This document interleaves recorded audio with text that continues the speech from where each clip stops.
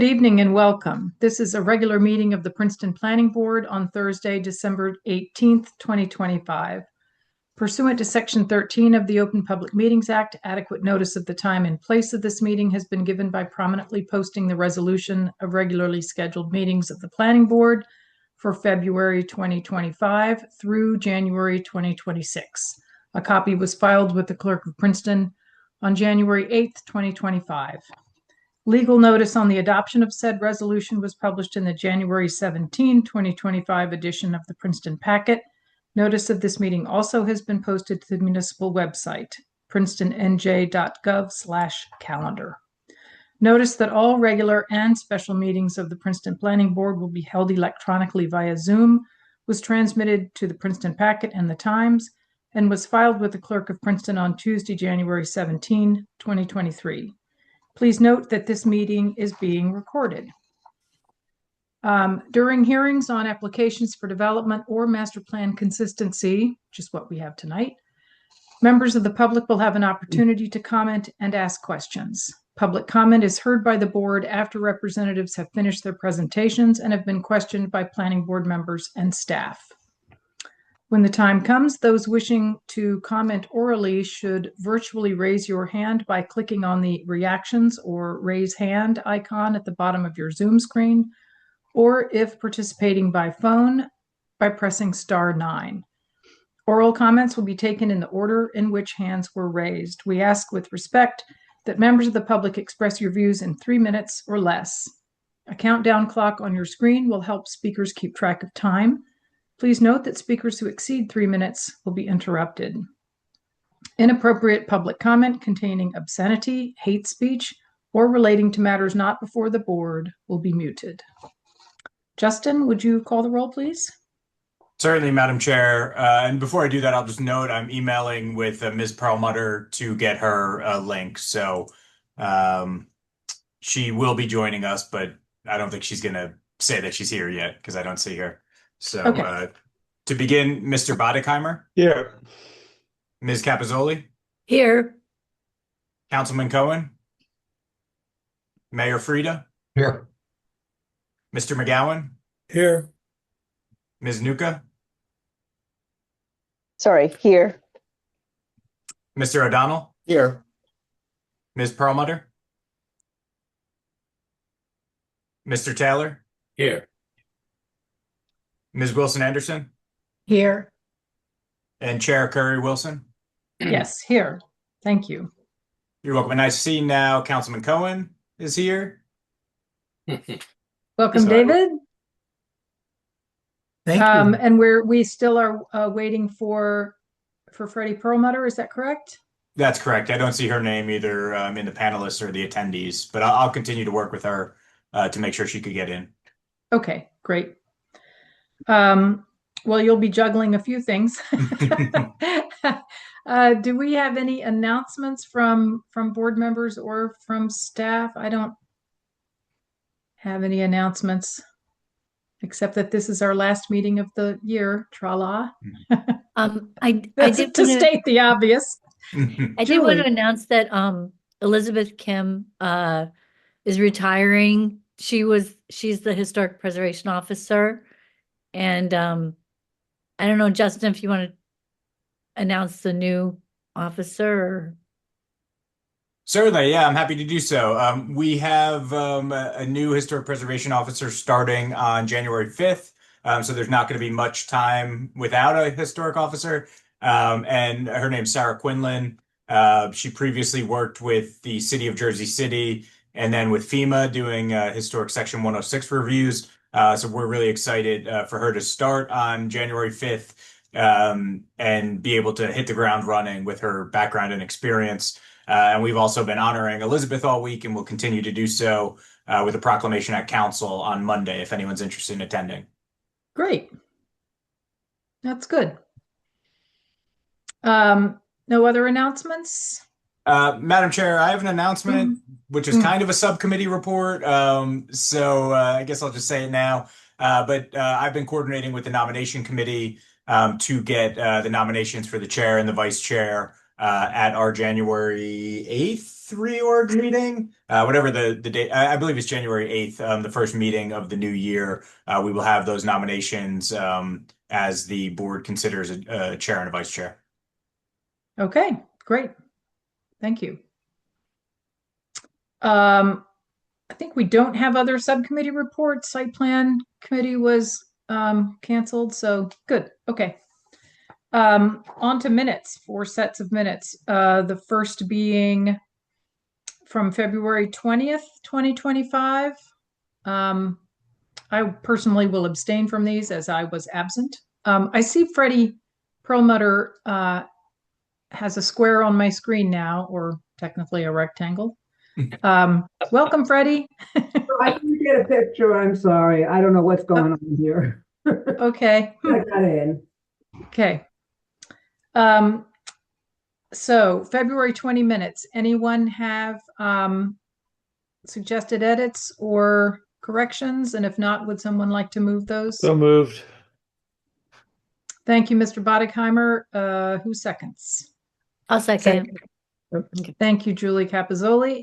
All in favor, please say aye. Aye. Oh, any opposed?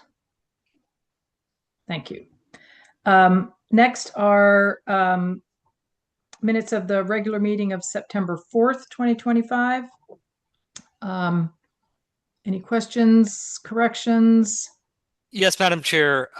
There is one correction to make to the September 4th minutes that has been brought to our attention.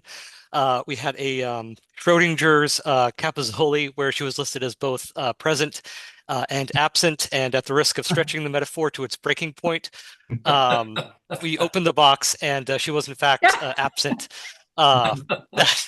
that evening. So we will make that correction that Ms. Capizzoli was absent. I've double checked the minutes, and she's not listed anywhere else as voting. So that's the only correction that has to be made. Okay, great. Thanks, Nathan. Yeah, you're welcome.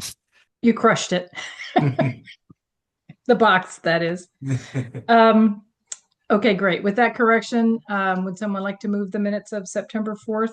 I'll move the minutes with the correction. Thank you, Mr. Thank you, Ms. Nuka. All in favor, please say aye. Aye. Any opposed? Okay. Minutes of October 16, 2025. Questions, corrections? If not, would someone move them? So moved. Thank you, Mr. McGowan. And a second? Second. Thanks, Mr. Bodekheimer. All in favor, please say aye. Aye. Any opposed? Okay. And the minutes of November 6th, 2025. Questions, corrections? Motion? I'll move to approve those. Thank you, Ms. Capizzoli. And is there a second? So second. Thank you, Councilman Cohen. All in favor, please say aye. Aye. Any opposed? Okay. Abstentions are automatic if you were absent. So next up, we have a resolution for the application from the trustees of Princeton University. This was a preliminary and final major site plan for the Quantum Institute at Fitz-Randolph Road in Ivy Lane. It's at block 50.01, lot 18.01. File P2525-605P. Any comments or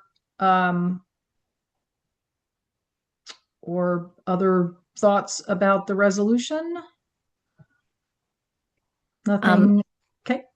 I'm feeling very quantum, so I'm going to move to approve. Thanks, Julie. Thank you, David. Great. Justin, would you call the roll, please? Certainly. And I have the following 4 members as not present for that vote, so I won't call their names. Mr. Bodekheimer, Mayor Frida, Ms. Nuka, and Ms. Perlmutter. Okay. And I think I have to abstain anyway. Yeah, if you weren't there, Right, you don't and have to. Nat as Yeah, well. you abstain from the case, correct. Ms. Capizoli, Yes. Councilman Cohen, Yes. Mr. McGowan, Yes. Mr. O'Donnell, Yes. Mr. Taylor, Yes. Ms. Wilson Anderson, Yes. and Chair Curry Wilson. Yes.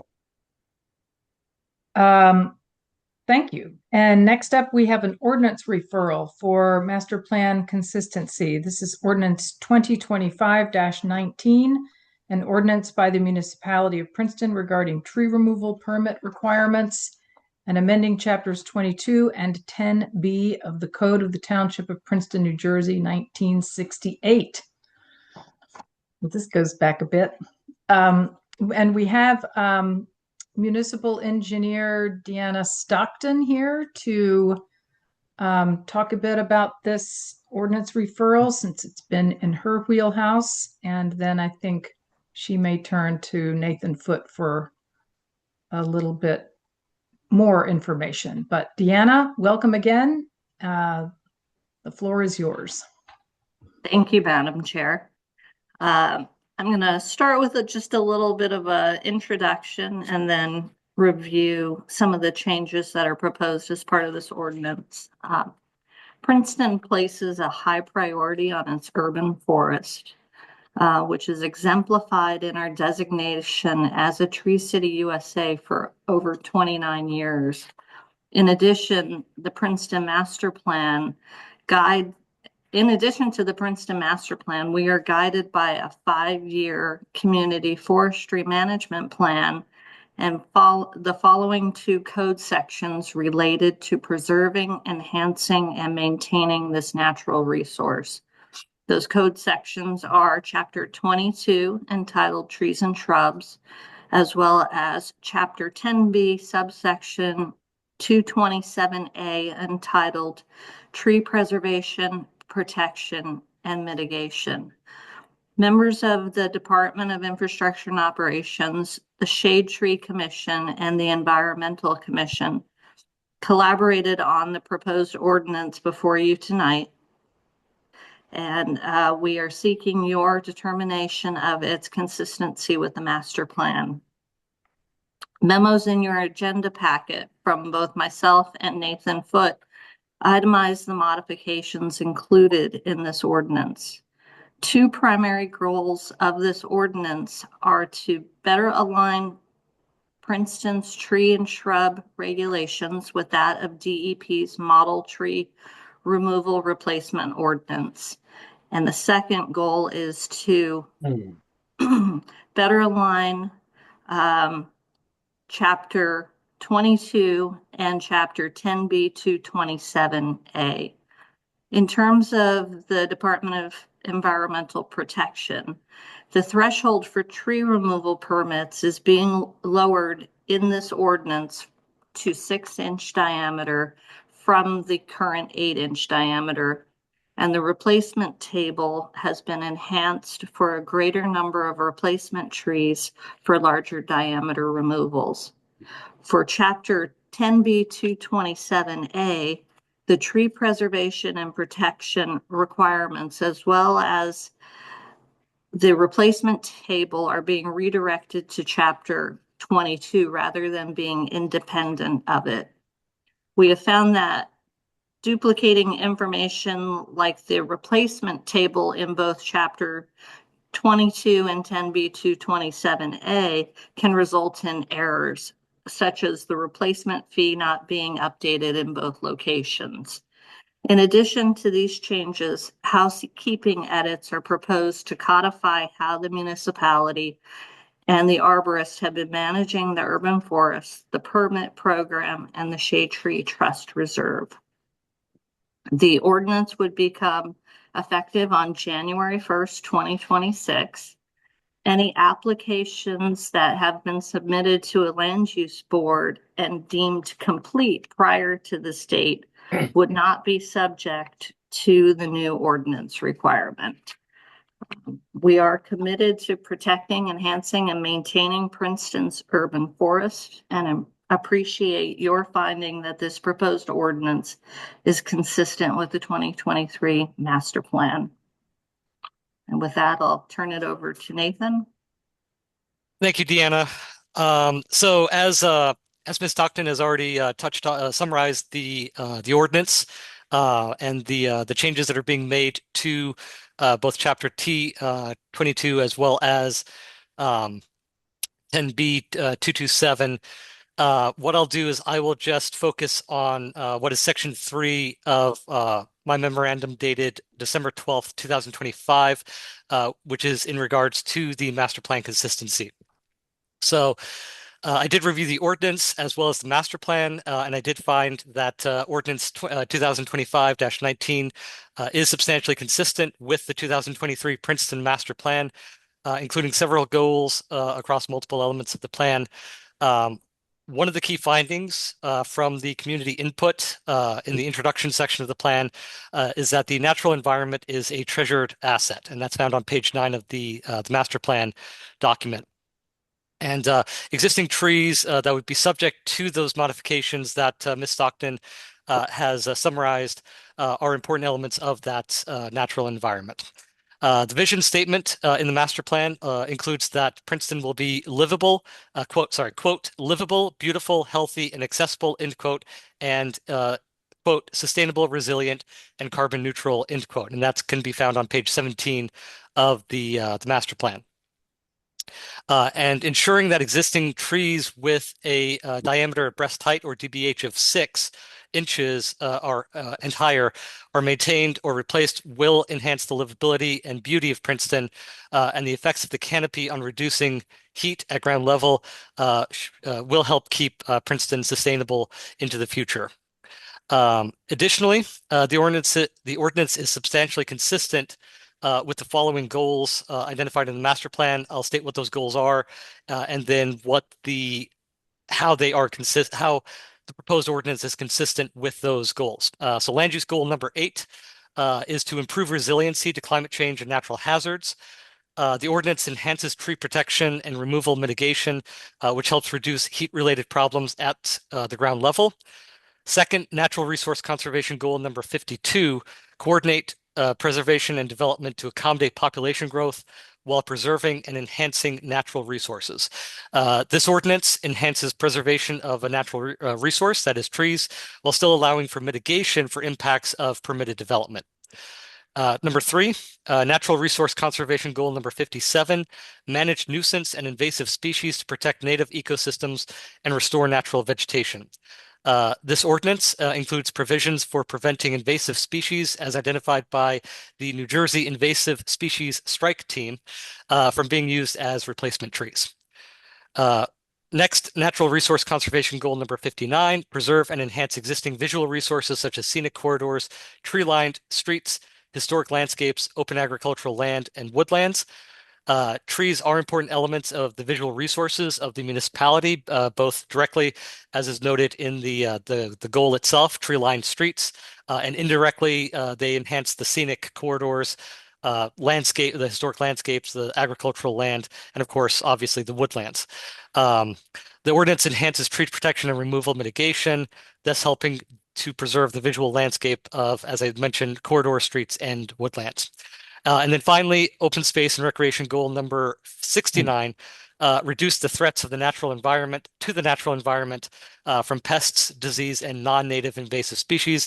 And as I've already mentioned, the ordinance includes provisions for preventing invasive species from being used as replacement trees. And so in conclusion, I do find that the ordinance is substantially consistent with the master plan and recommend that the board find that substantial consistency with the master plan in their recommendation to council. And with that, Madam Chair, I will turn it back over to you. Thank you, Mr. Foote, and also Ms. Stockton. That was a great overview, or more than an overview, some detail. And you know, I feel like I agree, having heard what you said and read what you've written, that this is substantially consistent with the master plan, and also it feels like it's it implements important pieces of the master plan that a lot of us care about deeply. So thank you for your work on it. And thanks also to the Shade Tree Committee. I don't mean to be getting ahead of myself, but Mr. Cohen? Yeah, I just wanted to make one minor comment that Deanna and Nathan didn't touch on in their reports, which is an explanation of the component of the ordinance where they're changing the applicability of funding from the Shade Tree Trust Fund. One of the changes that's being made is that funding no longer has to be restricted to public lands. And this is something I'm particularly excited about because I'd like to see the trust fund used to incentivize replanting of trees that have come down on private property, in particular, like dead trees, ones that would not otherwise have to be replaced, like emerald ash trees that were damaged by emerald ash borers. So I'm just, from both from a stormwater management and from a more general environmental standpoint, I'm really excited about that change, though it's a minor part of the overall ordinance. Mm-hmm. Thank you for that. That's great to know. Jack Taylor? And first of all, Nathan, let me congratulate you again. The ordinance is collaborative, it's comprehensive, it's impressive. It's impressive, it's in detail, impressive in its substance, and it's also impressive in the way you've explained it. Let me just go for a moment to the 60% cover comment. It caught my attention that our forestry cover is about 60%, that it over recent years has reduced 5%. Do we as a community have any analytical basis or relationship to translate the recommendations before us to the possible impact or the range of the impact on staying at, say, 60, or do we have a different target? It's the relationship between the documentation and any experience we have with the documentation's implementation. Can I respond? Deanna, is that? Yes, thank you.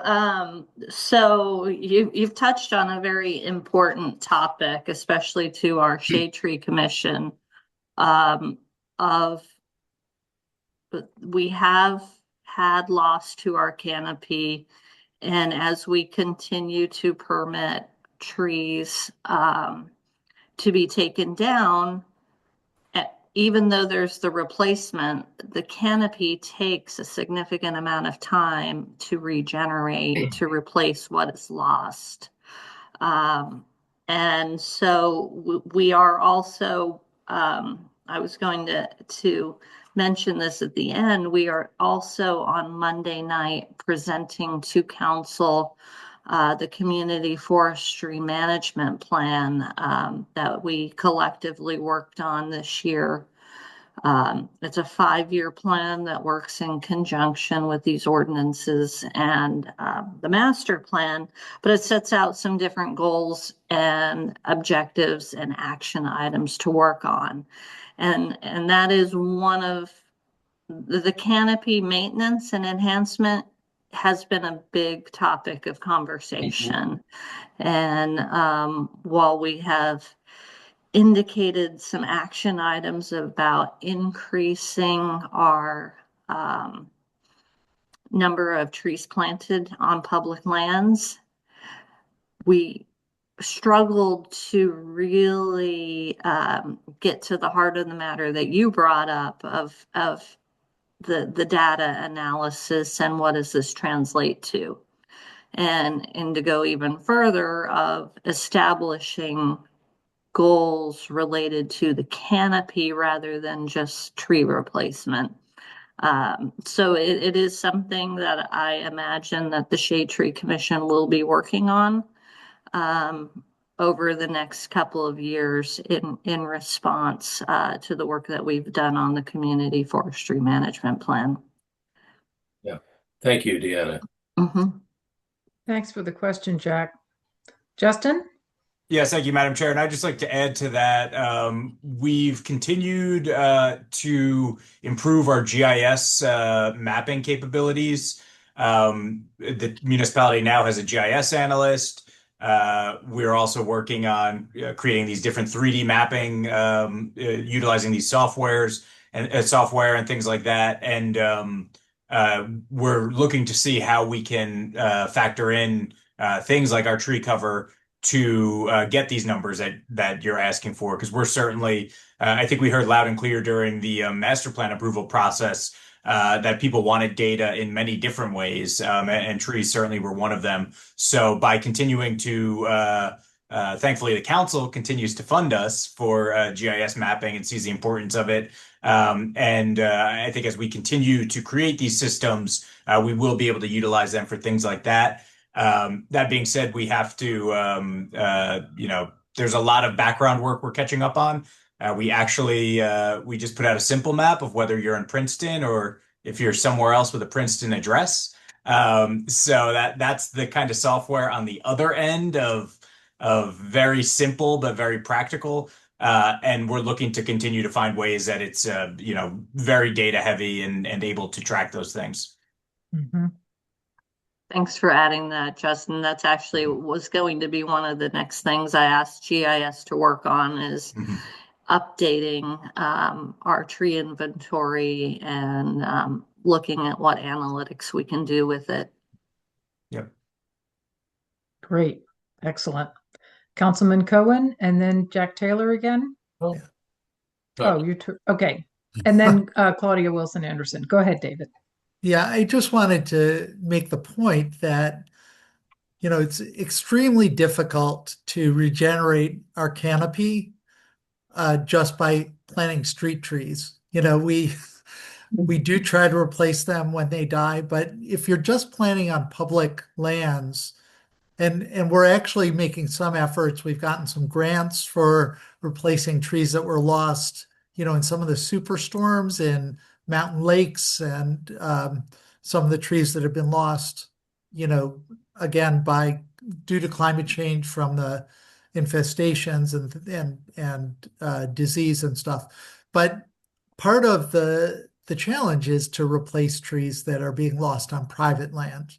And that's why I'm just referring back to my excitement about the possibility of incentivizing planting on private land with public funds, because that's got to be an important piece of trying to restore the canopy. I'm relating this back to Jack's question. So really important what Deanna was saying, what Justin was saying about how we measure the canopy, but it's not just about how we measure it. It's about where can we replace it.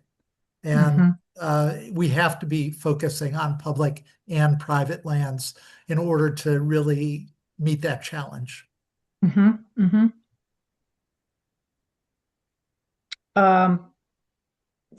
It's so good that this is in, that we're focusing on this. It's incredibly important. Claudia?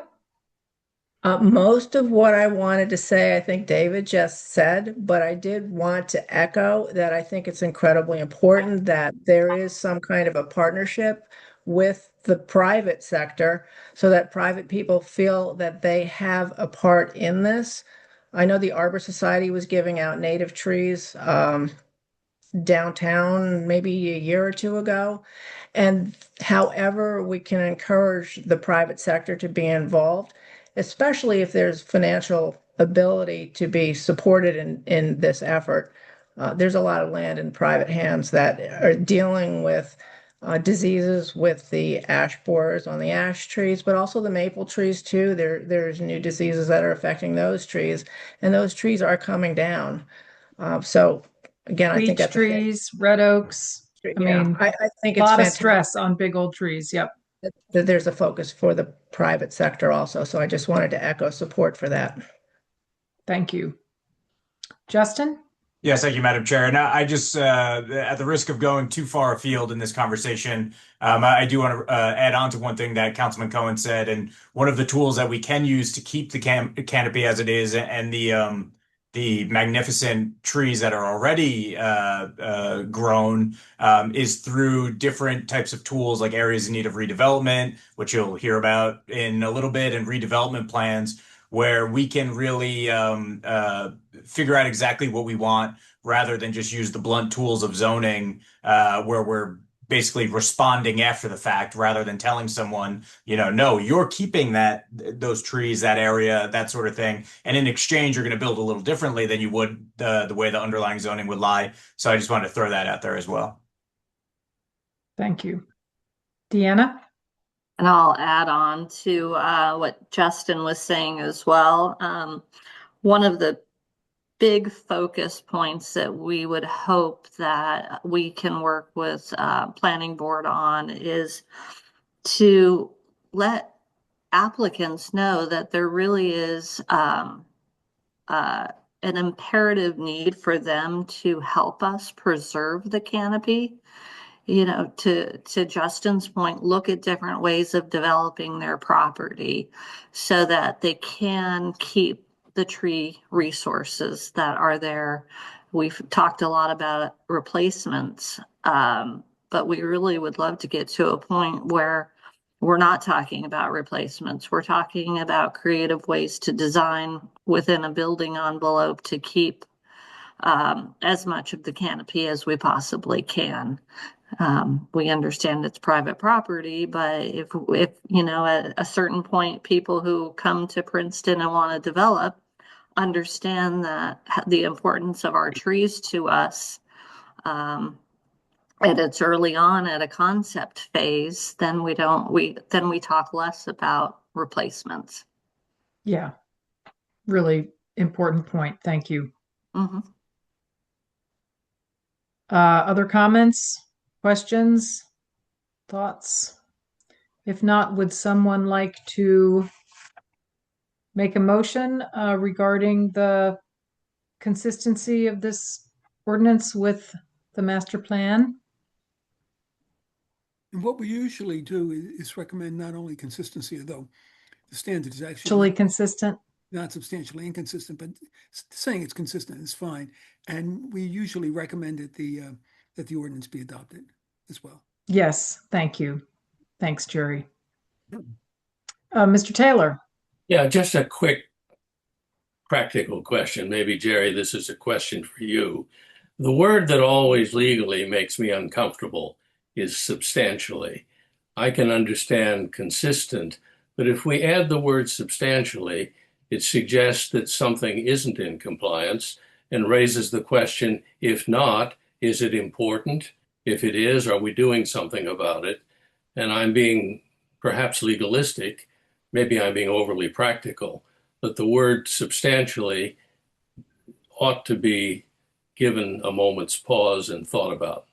Yeah, and that's a very good point. And there might be a case, and I'm sure there will be cases, I can't think of any in the past, where there were some inconsistencies, but the ordinance before us was substantially consistent. That's not this case, though. And I think I'd be certainly very comfortable and would recommend to the board that the board just say it's consistent with the master plan. Okay. With all of that said, would someone like to make a motion finding this ordinance consistent with the master plan and recommending adoption? I would be pleased to make a motion finding this ordinance consistent with the master plan and recommending adoption. Thank you, Paula Vinuka. Is there a second? Thank you, Ms. Wilson Anderson. Justin, would you call the roll, please? Yeah, just a quick. Is Claudia able to vote on this? Do we have so many people here that I don't mean to interrupt, and maybe that's not what you were going to say. No, that's what I was going to ask. Okay. Claudia will not, unfortunately, be voting on this as an alternate, so I'm not sure if she can make the motion. Okay. I I see Mr.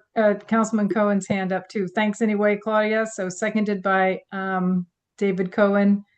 Justin, would you call the roll, please? Mr. Boddingheimer? Yes. Ms. Capozzoli? Yes. Councilman Cohen? Yes. Mayor Frida? Yes. Mr. McGowan, Yes. Ms. Nuka, Yes. Mr. O'Donnell, Yes. Ms. Perlmutter, On behalf of the Environmental Commission and myself, yes. and Chair Curry Wilson. Yes, Motion passes. thank you. Next, we have a hearing on to determine whether certain real property at 1 and 10 Franklin Avenue, and specifically lots 2, 26, and 27, and lot 2104 on the tax map of Princeton meets the requirements for and should be designated under the local redevelopment and housing law as a non-condemnation redevelopment area. Mr. Muller, can you speak to jurisdiction? Yeah, the board has jurisdiction. Notice is proper. Great, thank you. Is it important that I read that whole paragraph? I sort of cherry picked. There's a couple of paragraphs instead of sort of the typical title of the. I don't think it's important. I think You don't need to. I think I said enough. Yeah, and that's going to be the subject of description and discussion. Yes, precisely so. Okay, thank you. Justin, can you kick it off here? Yes, and I see Mr. Taylor's hands up as well. Oh, I'm sorry, Jack. Did you have a question? Just a quick question. I read in the document that the council had requested a designation regarding non-condemnation or for development, and non-condemnation apparently means eminent domain. And I just wondered, Jerry, I don't understand the nature of how this proposal involves eminent domain versus development. Yeah, it does not involve eminent domain. Non-condemnation implies that this is to be established as a redevelopment area without any intention of a taking.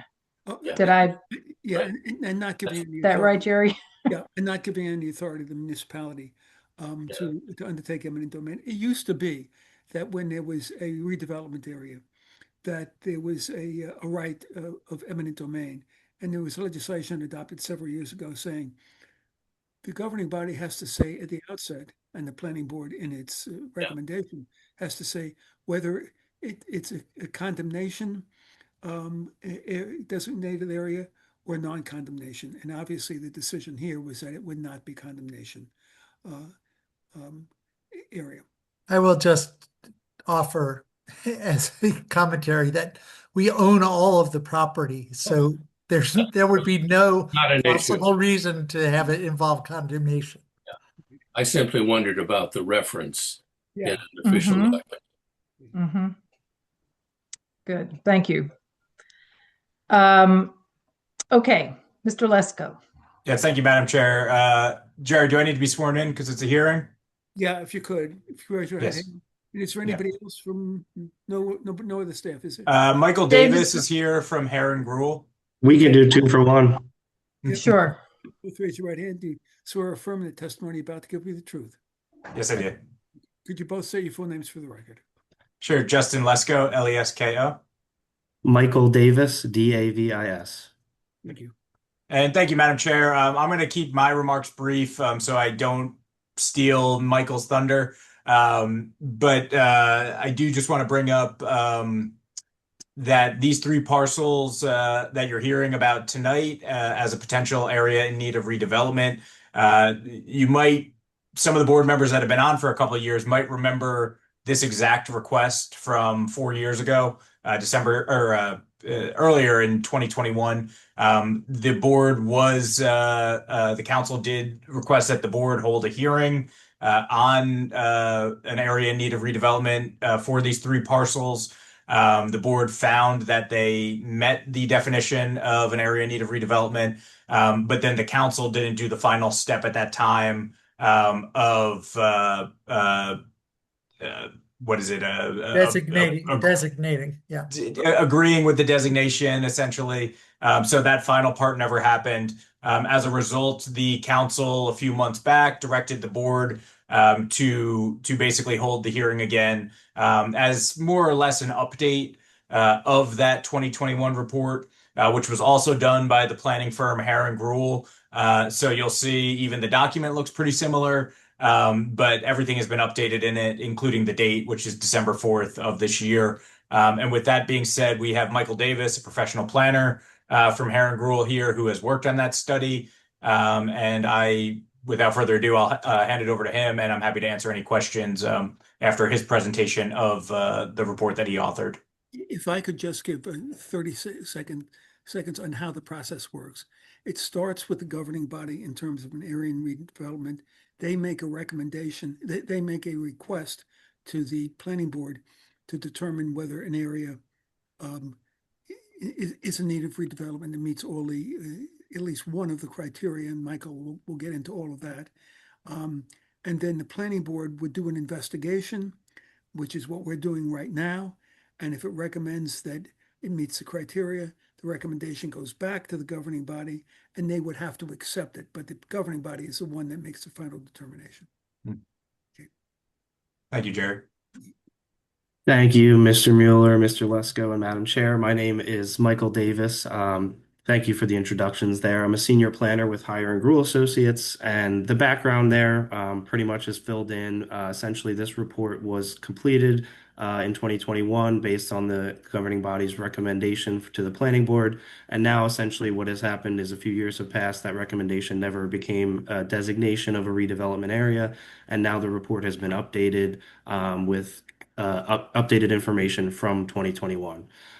So just as by way of background, there have been 3 site visits conducted with this study. There was 2 site visits conducted for the first draft of this, for the first iteration of the study in March 12th, 2021 and May 21st, 2021. And our most recent site visit was conducted on November 26, 2025.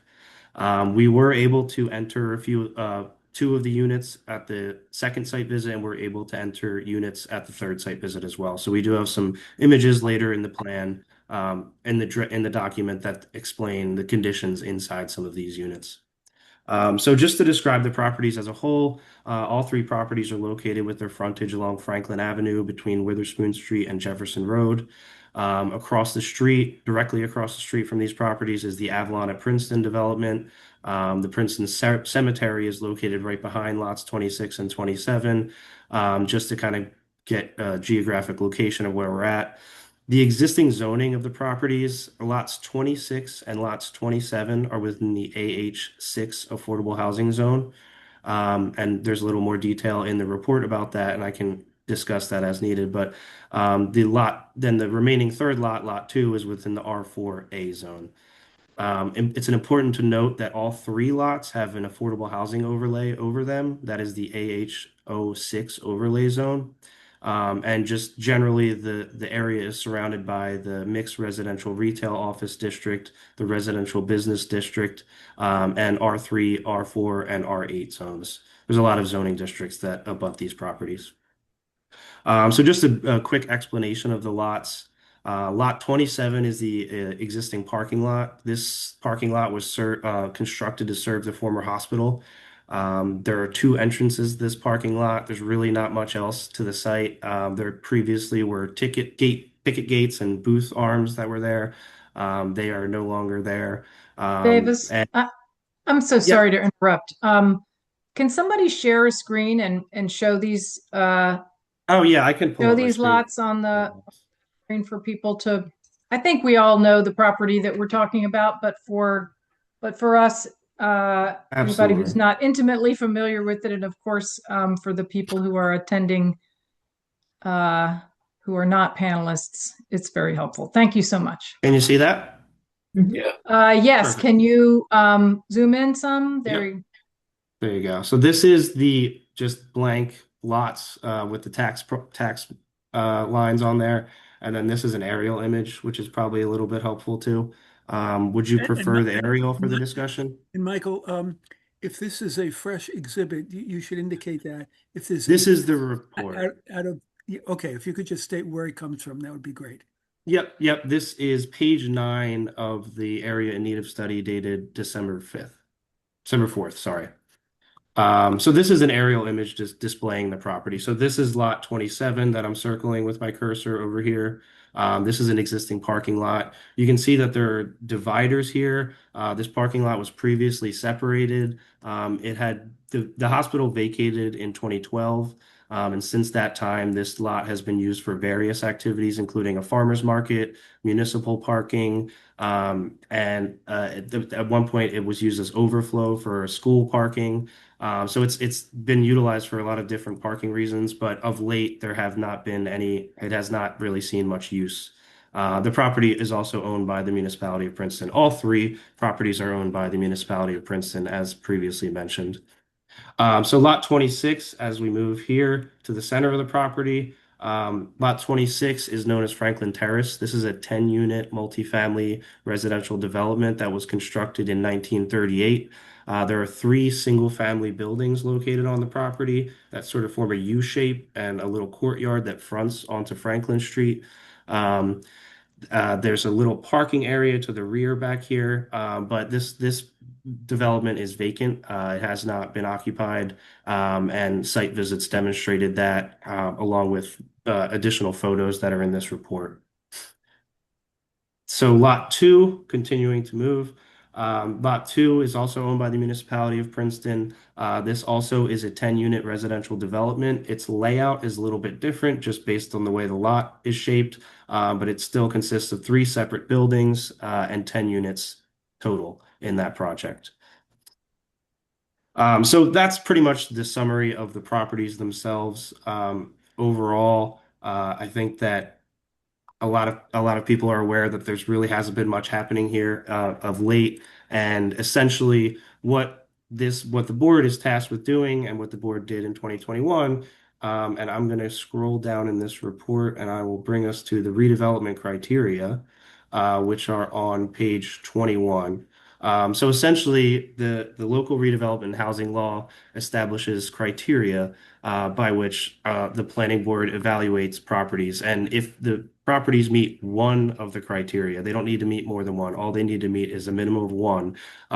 Then the area can be determined in need of redevelopment. So just quickly, I'll go through the criteria. The generality of buildings are substandard, unsafe, unsanitary, dilapidated, or obsolescent, or possess any of such characteristics, or are so lacking in light, air, or space as to be conducive to unwholesome living or working conditions. The discontinuance of use of a building or buildings previously used for commercial, retail, shopping malls, or plazas. That one doesn't really apply here because we really don't have any commercial uses. Land is owned by the municipality, the county, a local housing authority, or redevelopment agency, or redevelopment entity, or unimproved vacant land that has remained so for a period of 10 years. This isn't unimproved vacant land, so that doesn't really qualify here. Criterion D, areas with buildings or improvements which by reason of dilapidation, obsolescence, overcrowding, faulty arrangement or design, lack of ventilation, light and sanitary facilities, excessive land coverage, deleterious land use, or obsolete layout, or any combination of these factors are detrimental to the safety, health, morals, or welfare of the community. That one does apply here, and I'll get into more detail on that later. E, a growing lack or total lack of proper utilization of areas caused by the condition of title, diverse ownership of the real properties therein. Again, these are all owned by the municipality of Princeton, so title and ownership don't really come into play here as a redevelopment criteria. F, areas in excess of 5 continuous acres where buildings or improvements have been destroyed, consumed by fire, demolished, or altered by the action of storm, fire, cyclone, tornado. Again, there hasn't really been a sort of natural disaster impact on these properties, so F doesn't apply either. G applies to urban enterprise zones, which Princeton does not qualify as, so that one doesn't apply either. And H is a very general criterion that planners don't typically like to hang their hat on. Essentially, this one states that the designation of the delineated area is consistent with smart growth principles. This has been relatively untested in court, and hanging your hat on smart growth as a sole redevelopment criteria is not really something that you see too often. So H doesn't really come into play here either. So In looking at those redevelopment criteria, we have determined that all three of the properties are recommended for designation under criterion D. That specifically discusses areas with buildings or improvements by which reason of dilapidation, obsolescence, overcrowding, faulty arrangement or design, all that, like essentially basically these properties are detrimental to the safety, health, morals, and welfare of the community because of the way that the buildings are laid out, the way that the buildings are designed. There's a lack of ventilation in the properties. There's a lack of even the square footage of the properties, as I'll get into in more detail, is contributes all to the recommendation that criterion D applies here. Lots 2 and 26, which are the properties. I will go back up to my map now that I'm going to start talking about these. I am back up to page 8 here just to show the breakdown of the 3 lots.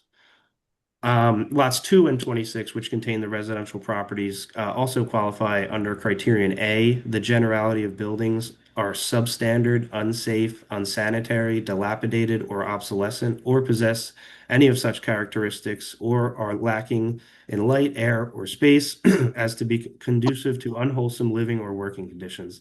Essentially, the properties, this discusses that the properties aren't really safe to live in, and there are specific points within the report, as I will discuss, that point to those qualities. So how does lot 27 qualify? Lot 27 is a surface parking lot that had previously served the hospital, which has not been operating for about 9 years, at least 9 years, leaving the lot obsolete and consistently parked well under capacity, as can be seen in the aerials in the report. The site is surrounded by single-family dwellings, a cemetery, multifamily structures with their own parking lot. So there really is little need for this parking lot. And I think that recent site visits have shown that there really is not much activity in this parking lot. The parking lot has not been maintained. As you can see in the report, there are pictures of pavement under disrepair. Wheel stops are kind of scattered around the property. The parking gates that were previously there are just kind of, looks like they maybe were just removed, and there's some wiring hanging out of the ground. So essentially the property just has a lack of improvements and lack of maintenance. Additionally, the property is characterized by excessive impervious coverage. The zoning allows for 80% impervious coverage, where the site currently exists at near 100%. In discussions with former land use engineer Jim Purcell, he confirmed that there's no stormwater management catch basins on site or infrastructure to address any of the stormwater runoff from this property. So essentially, all of this just runs onto adjacent property. All the stormwater from this runs off to adjacent properties with nothing to address it. So essentially, all of these qualities leave this property obsolete. Lots 26 and lot 2, I will discuss together because they essentially follow the same criteria. They are almost identical developments with the exception of the parking that exists on lot 26 that lot 2 doesn't have, as well as the layout of the buildings. Lot 26 has more of a U shape, while as lot 2 just sort of all the buildings exist in a row. So lot 26 is developed with Franklin Terrace, as I discussed, a 10-unit residential development that was constructed in the 40s. The units are identical in size and layout, as well as on lot 2. So all the units end up measuring roughly the same. One of the important notes that's indicated in the report is that each apartment measures roughly 489 square feet and consists of 1 or 2 bedrooms, a kitchen, living space, linen closet, and a bathroom. The unit size that these units exist at does not even qualify for HMFA, Housing Mortgage and Finance Agency, or Unified Housing Affordability Controls. These are standards. Basically, these are programs where existing units are taken and rehabbed, reconstructed, and improved upon. The minimum requirement for those programs is 600 square feet for a 1-bedroom unit and 800 square feet for a 2-bedroom unit. And then as for the Unified Housing Affordability Controls, this is the Neighborhood Preservation Balanced Housing Rules. Their rules indicate that the minimum bedroom size is 550 square feet for studios and 600 for 1-bedroom units. So The size of the units doesn't even allow them to be in any way rehabilitated through any of these existing programs that do support these kind of.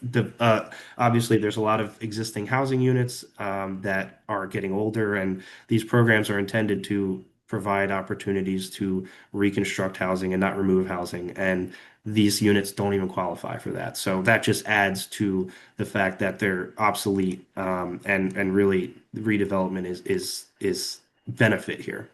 Additionally, there are kitchen outlets that do not have ground fault circuit interrupters, GFCIs, which are standard per the National Electric Code, that they need to be required in all bathrooms and kitchens. So just adding to the unsafeness of the property. The units are not ADA accessible, which is a requirement for units, especially in affordable units of late. There's a lot of requirements for accessibility. Signs of disrepair were noticed. As you can see in the report, there are images throughout that demonstrate conditions of crumbling ceilings, cracked walls, rotted baseboards, mold, and several other conditions that just demonstrate that the properties have been allowed to fall into a state of disrepair. So overall, the area in need of redevelopment study that has been on file with the municipality, concludes that all 3 lots can be designated under criterion D, and lots 2 and 26 can be designated under criterion A. And we recommend that the municipal council and planning board take the necessary steps to designate the study area as an area in need of redevelopment, non-condemnation area in need of redevelopment, to be specific. So if there's any other questions, I'd be glad to answer from the board. Thanks, Otherwise, that Davis. summarizes it. Okay. Board members, have you got questions for Michael Davis? Or Jerry or anyone? Not me. Mr. Cohen. Yeah, I just wanted to offer from the perspective of council, part of the reason that we're looking to update this is that there are some impediments to funding of the planned redevelopment that was intended for this site that may require subdivision and phasing of the redevelopment. And that would be facilitated by having the redevelopment designation. So I just wanted to let the board know what the sort of the intent behind the request was. It doesn't really play into the decision of whether it qualifies as an area in need of redevelopment, but in case members were concerned, what we have in mind.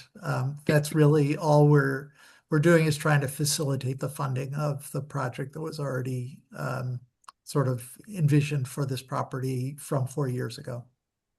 And enabled by the zoning that was put in place at that time. Good context. Thank you. If there are no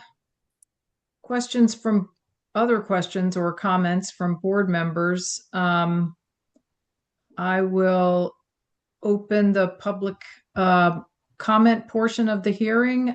If you are here, there are 8, now 10 members of the public in the attendees room, if you will. Any of you attending who would like to address the board at this time, please virtually raise your hand, and we will bring you over to the participants or panelists room, if you will, and Mr. Mueller will swear you in and ask for your name and ask you to spell your name, and then we'll let you talk. So I see that Anita Garoniak, I hope I'm pronouncing your name properly, has been brought over. So if you would, good, unmute yourself, thank you, and activate your camera if you can. And then again, I'll just say, anybody else who wishes to speak, go ahead and raise your hand now virtually, and we'll bring you over in the order in which hands are raised. I don't see any other hands going up. Ms. Garoniak?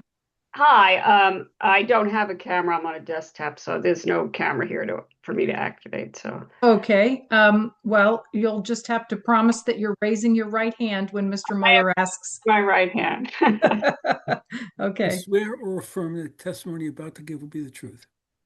I do. So sworn. Could you please state your full name and spell your last name? Anita Garoniak, Garoniak. Thank you. thank you. Go right ahead. Okay. Just a few things. I have two questions, but I did want to make a comment and, well, I actually have three questions.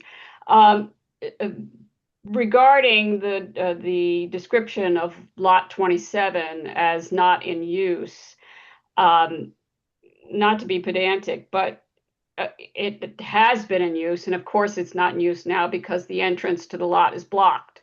So you can't really genuinely say the lot is not used anymore, it's underused or not used at all when you've blocked the entrance to it. But prior to it being blocked, it was been a staging area for all the work that's gone on in Princeton last summer and before that.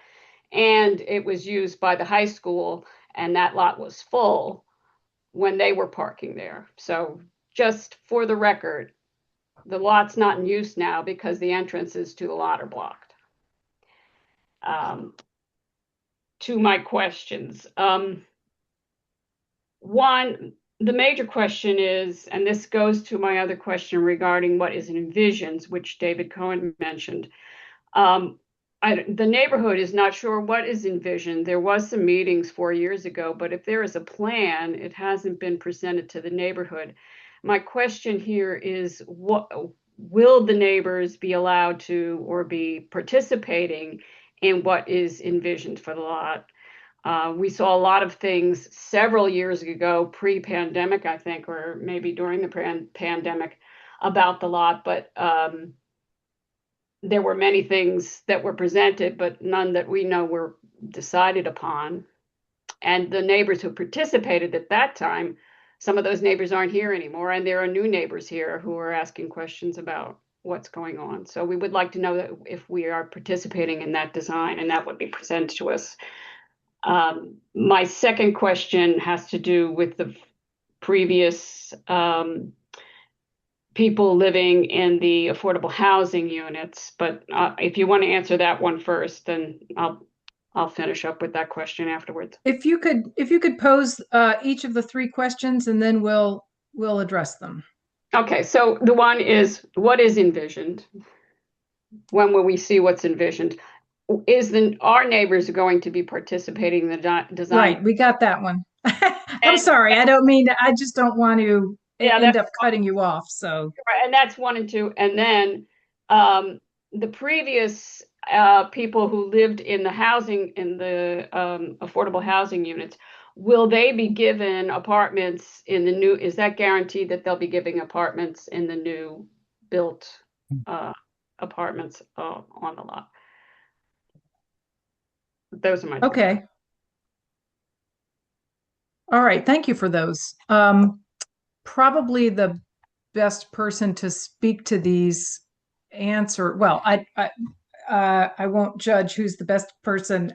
Justin, you've got your hand up, so you can start, and Mr. Cohen may want to weigh in, as well as Mayor Frida. Justin? Yep, I was thinking the exact same thing, Madam Chair. And I'll just start with to the first question of when the neighbors will be able to provide input.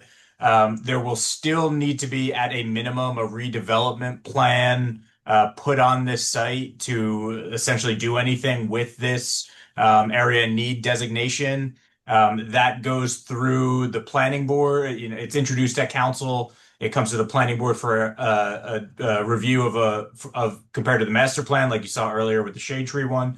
And then it would go back to the council for the plan to be approved. And after that, there would still need to be site plan review at the planning board on the specific development per all of our state rules, where we'll have things on file, we'll have public comment, all that that normally happens at the planning board.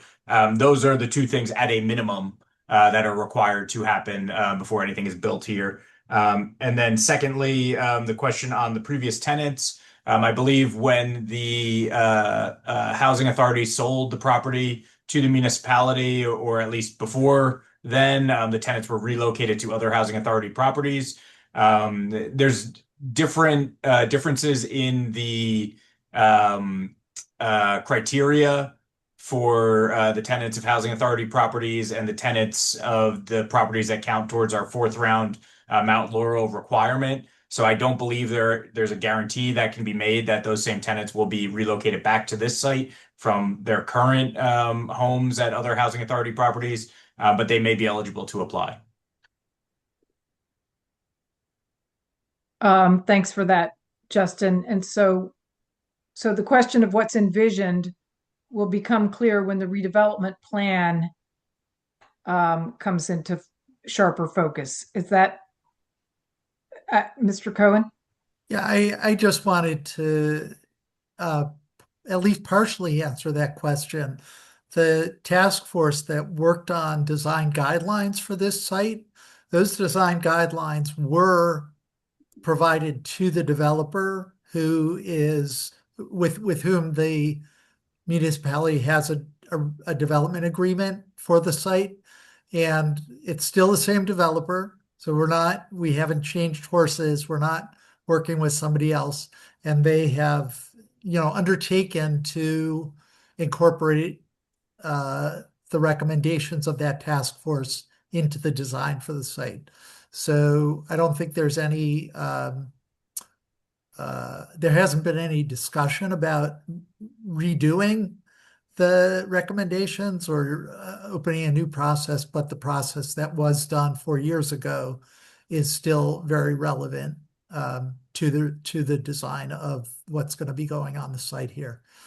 And beyond that, I would just say that it would be great, for folks who are interested to come to council, actually, because that council will be sort of managing the redevelopment process. Planning board is just being asked to opine on whether these sites qualify under the criteria for an area in need of redevelopment. The planning board doesn't really have any input into how the actual redevelopment process will go. So that's more a pressure point for council than for the planning board. Now, David, under the local housing and redevelopment law, the governing body can ask the planning board to do the redevelopment plan, but the council is going to do that in this case, correct? I believe so. We have been doing that through the third round, and I think that's this is actually still a third round site. So I anticipate the council will be managing that. Yeah. Okay, thank you. And David, are those design guidelines and the other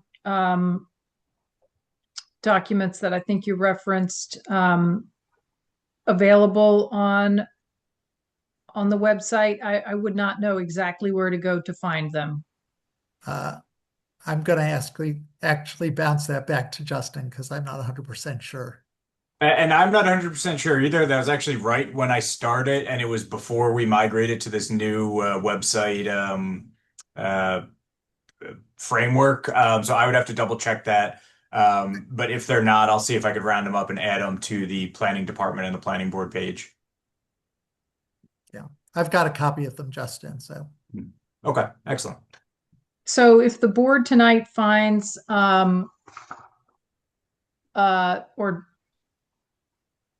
recommends adoption of the area in need of redevelopment designation, it goes back to council. Council will act on that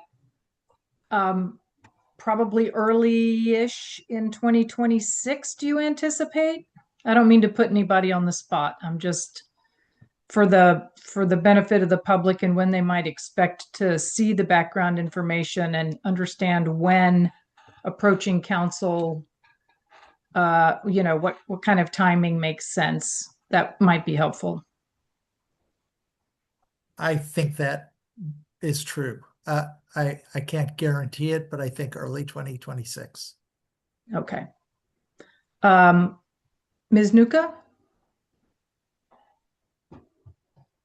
I just wanted to ask if either Justin or perhaps David could just remind us of how many units are foreseen for the site under the third round plan. It's been months since I looked at that, so if you could just give us, and I think that might be helpful for the Sure. attendees as well. Agreed. Justin? Sure. So this site was carried through from the third round to the fourth round plan because we still need to finish our third round sites, and I think this is the only one that we haven't. And in our fourth round housing plan, it mentions 80 units of workforce housing and 80 units of designated affordable housing, which tracks with what we have in the existing affordable housing overlay 6 that's on these sites.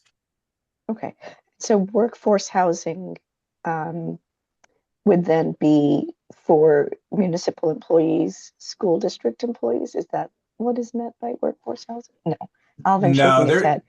Yeah, Okay. there's a specific definition of it as a percentage of the area median income. I don't Okay. know that off the top of my head, but it's not the same as the designated affordable, the Okay. low, very low, and moderate income. It's somewhere above that. It's a bit higher than moderate. Mhm. Okay. Yeah. But I'll just, it's a fixed range. It's not a separate scale.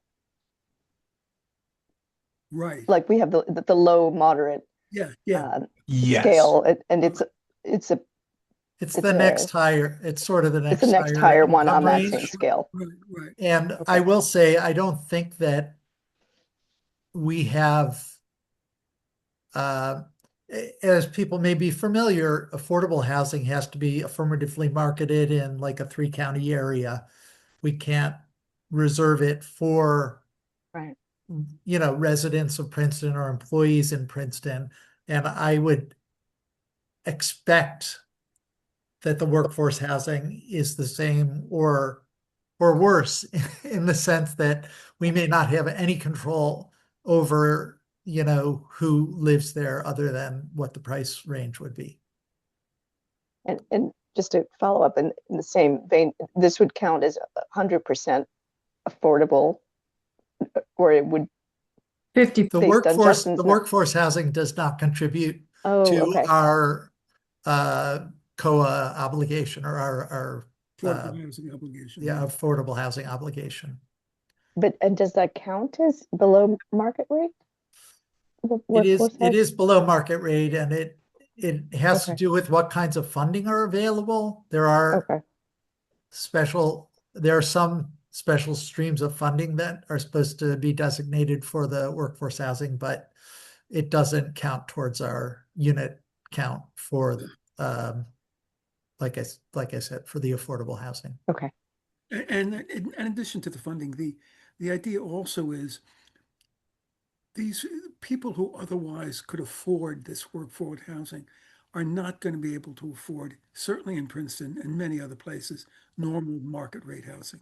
So it's trying to hit a niche that's not being served. Mhm. Missing middle is kind of a term that's been used a Yeah. lot, and I Yeah, think is yeah. pretty Yeah. accurate. Exactly. Missing middle, where we're building affordable Mhm. units and they're building really nice units, but nothing in between. Mhm. Yeah, exactly. I would argue missing middle is about housing types, but I don't want to get into that right now. But just because I know I it's knew going to that come was up going to in the happen. future. Yeah. That's Saw it yeah. coming. Okay, we don't have time for that, but thank you. That's helpful, and I think that was also helpful for the previous attendee who asked. Yes, and also to her question about the public involvement and neighborhood involvement, in addition to what Mr. Cohen pointed out about, coming to council, the different steps that happen, of course, at planning board, as Mr. Lesko outlined, the redevelopment plan, site plan review, those are all public processes. That's after plans are largely baked. So it's very important to take Mr. Cohen up on his a suggestion to, to talk to council sooner rather than later. And of course, anyone who has follow-up questions, or maybe doesn't want to address the board tonight, but, would like to know more, is welcome to reach out to Mr. Lesko. Is that right? Certainly. And you can either answer them or direct them to the right place. Yep. So thanks for those questions, Ms. Garuniak. And are there any other members of the public who wish to speak to the board? I'm not seeing any hands go up. So seeing that, I will close the public comment portion of the hearing and invite further thoughts, comments, questions from board members before we consider a resolution or a motion, excuse me. Anything else? Okay, would anyone like to move that the planning board recommends council approval of these parcels as an area in need of redevelopment? Well, I would move that. It's the planning board really has determined that these parcels satisfy one and one criteria under the local. Turned to you first, Mr. Mueller. Yes, the planning board finds. Someone said, was that you, that was Mr. me. Bodenheimer? Yes. So Okay, moved. thank you. Is there a second? I can second.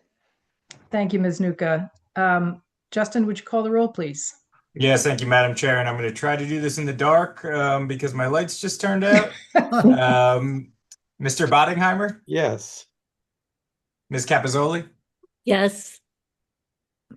Councilman Cohen, Yes. Mayor Frida, Yes. Mr. McGowan, Yes. Ms. Nuka, Yes. Mr. O'Donnell, Yes. Ms. Perlmutter, Yes. and Chair Curry Wilson. Yes. Motion Well carries. done, Mr. Lesko, by the light of your screen. Someone's got to pay the bills here. I hesitate to ask, does this qualify your office as an area in need of redevelopment? Right now it does. Depends on the financing. I just want to say it's just great to see this, what's envisioned is this mix of designated affordable and workforce below market rate housing. There is no other place, as far as I know, in Princeton that fits that description. And I just think it's a really interesting notion, and I very much look forward to seeing how it comes together. The devil's in the details, of course, and I'm sure neighbors will be very curious, and so am I. Are there other? Is there any other business? Okay, well, I know Mr. Cohen has one more item of business, but before he does, I want to say happy holidays to everybody. Happy Hanukkah to those who celebrate. We're right in the midst of Hanukkah. Merry Christmas next week. Happy New Year. All of that. It's wonderful to see all the lights all around town. Mr. Cohen. I heard on the Tonight Show last night that we call the middle of Hanukkah Happy Hump Day.